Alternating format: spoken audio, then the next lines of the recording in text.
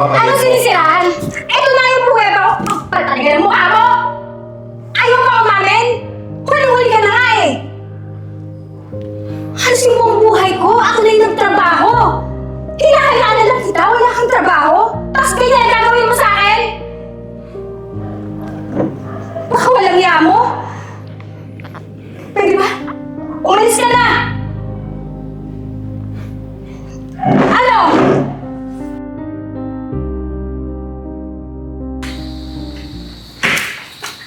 Walang bahay natin. Oh, buti naman na kayo natin. Hello, ate. Hello, kumain na Hello kayo? po. Ha? Kumain na ba kayo? Basta biyahe. Ate, layo pala ito. Tsaka, sobrang traffic naman dito. Talagang matraffic talaga dito. Oh. Kumusta naman ang buhay natin sa province? Ate, ito. Ganun pa rin. Halos araw-araw kumakayod. Kaya pinapunta ko kayo dito eh. Kasi naawa na ako sa inyo dun. Thank you talaga, ate. Pero ate, alam ba to ng asawa mo? Baka mamaya magalit sa amin yun. Kayo mag-alala. Ako bahala dun. Ano, kumain na ba kayo? Alam ko, pagod kayo eh. Ano? Kung Ah. pala ako makakain. Ate, kahit tubig na lang po muna. Kasi, Oh, sige. May iwan ko muna kayo. Kukuha ko muna kayong tubig. Okay? sige ate, thank you. Pero, bakit parang ang init dito, no? Hindi katulad sa probinsya natin. Kaya nga eh. Uminom muna kayo. Ah. Kung pagod kayo eh. Ate, thank you ha. Kasi, nauubo talaga kami. O siya, pagtapos nyo, magpahinga na kayo. Ate, saan po pala kwarto ko? Doon, sa kabila. May aircon doon. Kaya hindi kayo maiinitan, magiging komportable kayo doon. Hindi kagaya sa probinsya eh. Alam mo naman ang bahay natin doon. Oh! Kapag... Ah, Ano yung ginagawa ng mga kapatid mo rito? pinapunta ko talaga sila dito. Para dito na sila tumira. For good. Hello po. Magandang gabi po. Teka lang. Parang wala ka naman nabanggit sa akin na dito titira yung mga kapatid mo. Sasabihin ko pa lang sa'yo. Kasi naaawa na ako sa kanila dun eh. Medyo hirap kasi sa probinsya. Kaya pinapunta ko na sila dito para at least kahit pa paano alaga ako yung mga kapatid ko. Wala naman problema. Kaya lang, dapat susunod. Sabihin mo lang sa akin para hindi naman ako nagugulat. Okay, okay. Wala. Iligo lang ako May lakad ako. Magkikita kami ng mga kaibigan ko eh. O sige, baka mamaya yan, anong oras ka na naman makauwi niyan? Hindi naman. Kayong dalawa Bilatom lang dito Sige po, kuya. Thank you po. Kalapat ka na. O, di ba, sabi ko sa inyo, mabait yung kuya nyo. Oo ate. Tsaka, ate, pwedeng magpahinga na muna kami kasi O, sige. pagod po Pahinga kami. na kayo. Thank you po. Natok na rin po ako. O, sige na. Sige po, ate.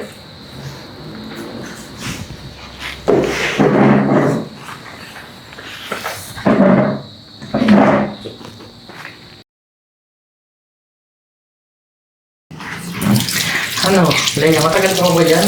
Nagugutom na kasi ako eh. Lapit na to, kuya. Leia? Dear boy? Ate? Ate, Ano, kamusta naman kayo dito sa bahay? Okay naman po. Oh, papasok na ako ha.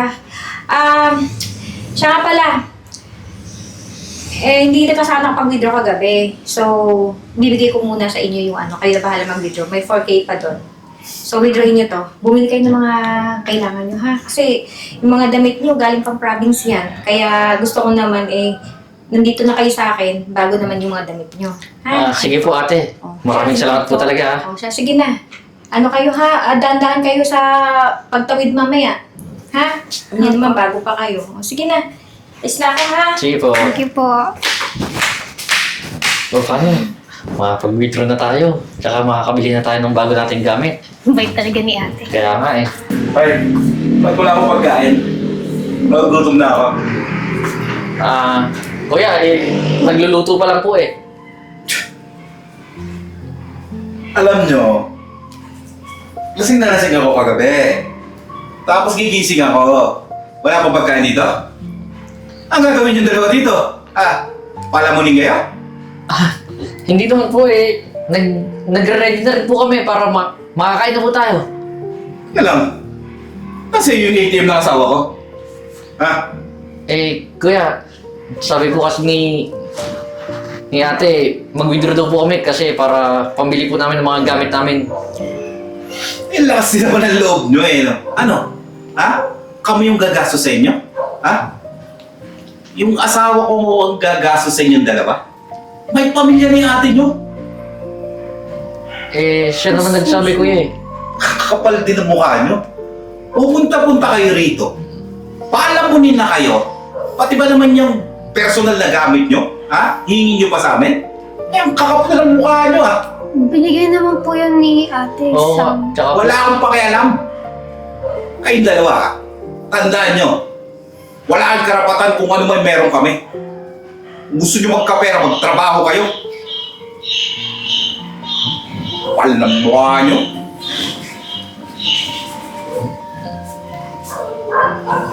Leia, grabe naman ugali mo. Pati ba naman yung kinuha sa atin? Bigay naman yun ni ate. Bakit kukunin yun? Pero hayaan mo na, wala naman tayong magagawa eh. Pusin ko na nga ito. Sige, tapusin mo na yan. Patuloy yung ulam? Opo. Kuya, kain na po tayo. Ito na po, ang pagkain. So may sinabi ba ako nakakain na kayo?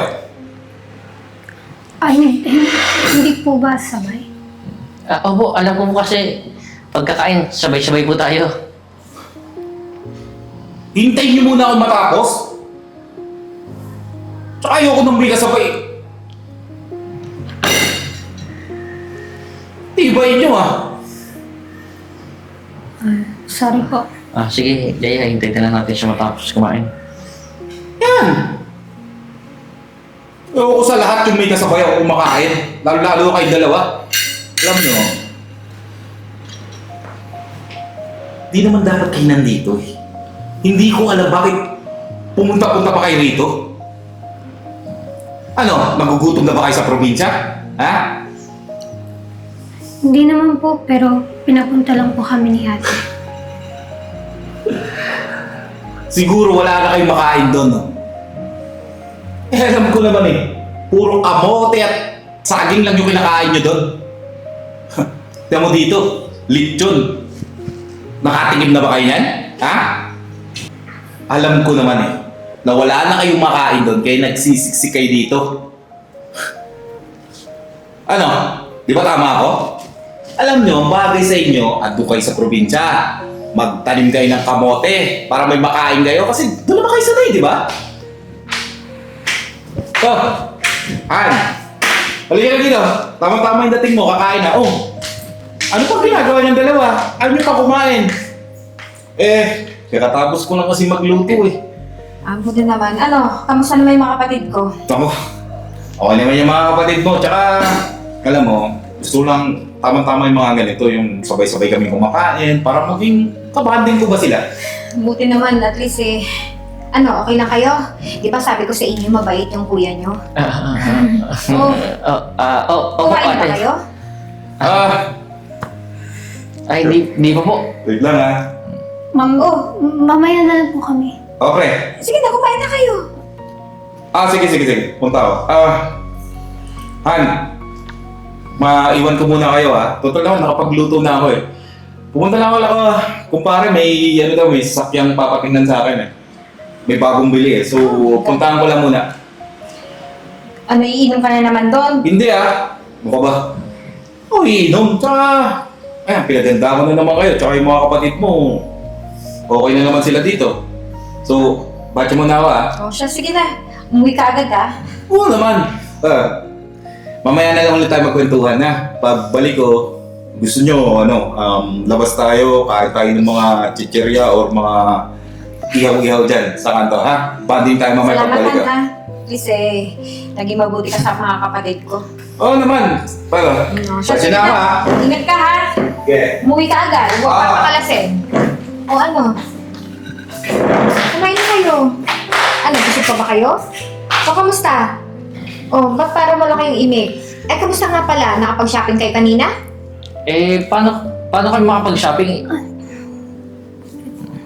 Ano yan? Saka na lang po. Okay pa naman po yung damit namin eh. Bakit naman? Di ba sinabi ko nga sa inyo na bumili kayo ng mga pangangailangan nyo? Okay lang po ate, kahit sa susunod na lang po. O, siya, sige. Decision nyo yan. Basta kung may kailangan kayo, magsabi kayo sa akin, ha? Huwag kayo mahihiya.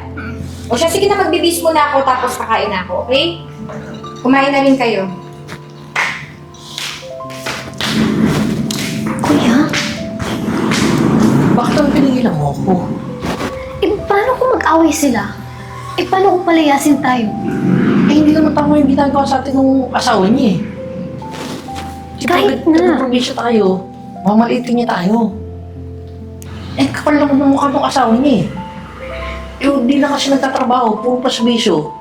Halos siya atin lahat nagtatrabaho eh. Tapos Kahit na. ginagalang ba tayo? Wala naman tayong magagawa dun eh. Kanina to. Mas mabuti pa, kumain na lang tayo. Kaysa ma-stress. Kumain na na.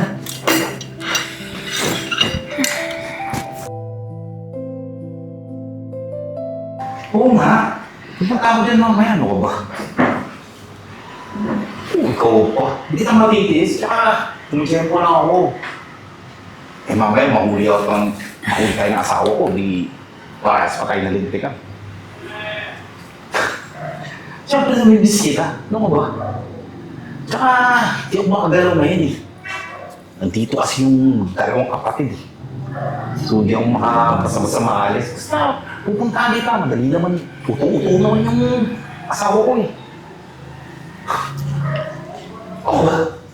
Siyempre kahit nandito ko sa bahay, ikaw yung iniisip ko. Basta, mamaya. Mamaya. Pupunta ako dyan. Promise. Hihintay ko lang ang asawa ko para papaalam ako tapos ako nang bahala dun. Tapos hintayin mo ako, pupunta ako dyan. Sige. Bye-bye.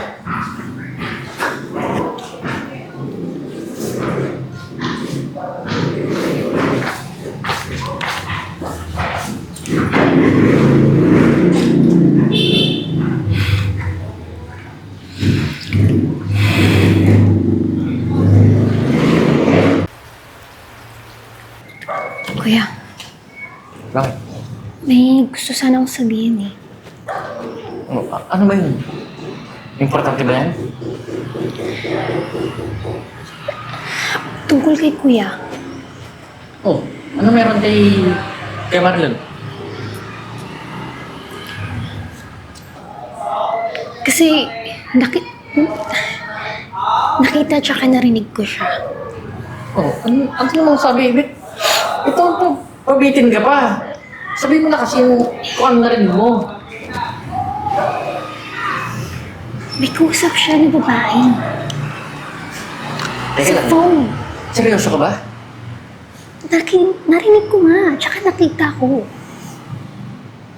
Kaya naman siguro alis yun tuwing gabi eh.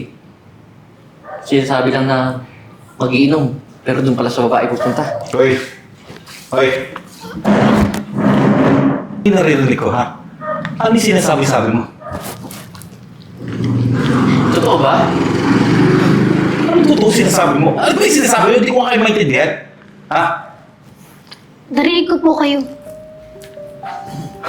na may kausap na babae sa phone niyo. O bakit? Wala ba akong mga kumare? Wala ba akong mga kaibigang babae? Pero kakaiba po yung pinag-uusapan niyo eh. Alam nyo kayong dalawa, pupunta kayo dito tapos ano? Ano bang gusto nyo mangyari? Ha? Magkasira kami ng ate mo? Hindi naman sa gano'n, kuya. Pero niloloko mo lang si ate eh. Hindi niya ba ugali mo? Wala kayong pruweba? Ha? Alam mo, Napipi ko na talaga ako sa inyong dalawa eh.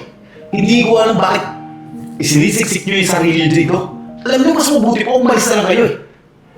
Mabuti pa, lumayas na kayo rito.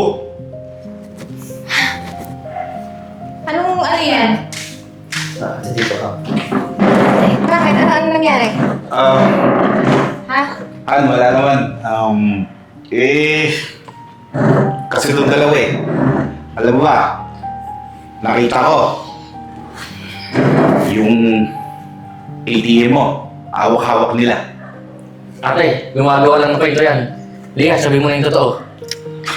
Ano yun? Alam mo, huwag kang maniwala dyan. Sandali Hindi ko nga. nga alam eh.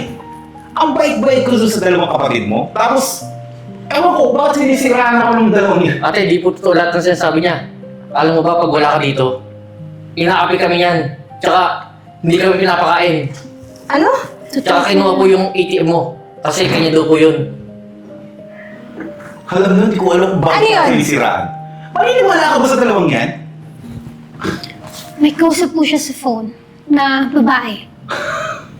Tingnan mo. Sigurado ka? Tingnan mo. Opo, ate. Tingnan mo yung ginagawa ng mga kapatid mo sa akin. Alam nyo, hindi ko alam kung sinong paniniwalaan ko eh.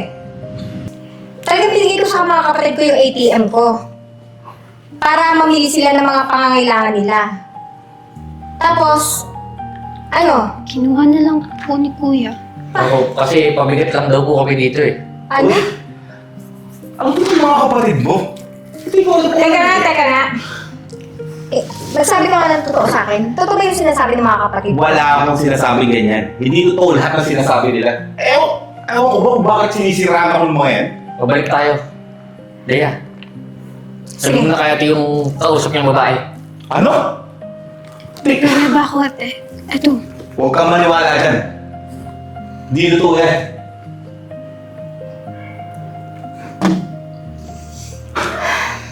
Hindi totoo yan. Kaibigan ko lang yan. Kaibigan? Ha? Ang sip-sip nyo nga eh! Alam mo, nung una pa lang, nagdududa na ako sa'yo eh, yung palabas-labas mo ng gabi.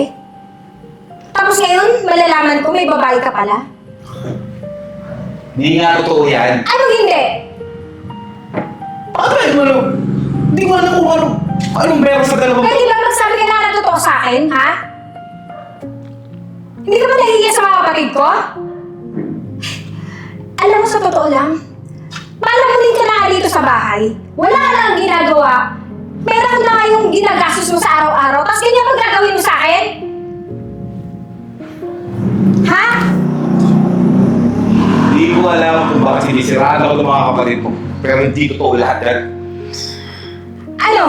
Hindi ka ba aamin, ha? Anong aminin ko? Hindi nga totoo. Anong hindi totoo? Ayan na nga, oh! May pruweba na nga, tapos ngayon, hindi ka maaamin! Alam mo, sinisiraan lang ako ng mga kapatid Ano mo. sinisiraan? Ito na yung pruweba ko! Kapal talaga ng mukha mo! Ayaw mo umamin? Huli-huli ka na nga eh! Halos yung buong buhay ko, ako na yung nagtrabaho!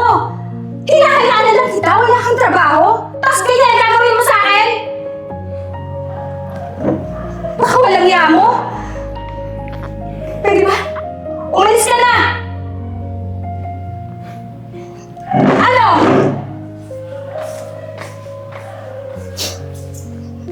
Ate, kalma ka po. Kaya mate, nandito na po kami. Hindi ko nga alam yung bakit ginawa niya sa akin yun. Binigay ko naman lahat ah.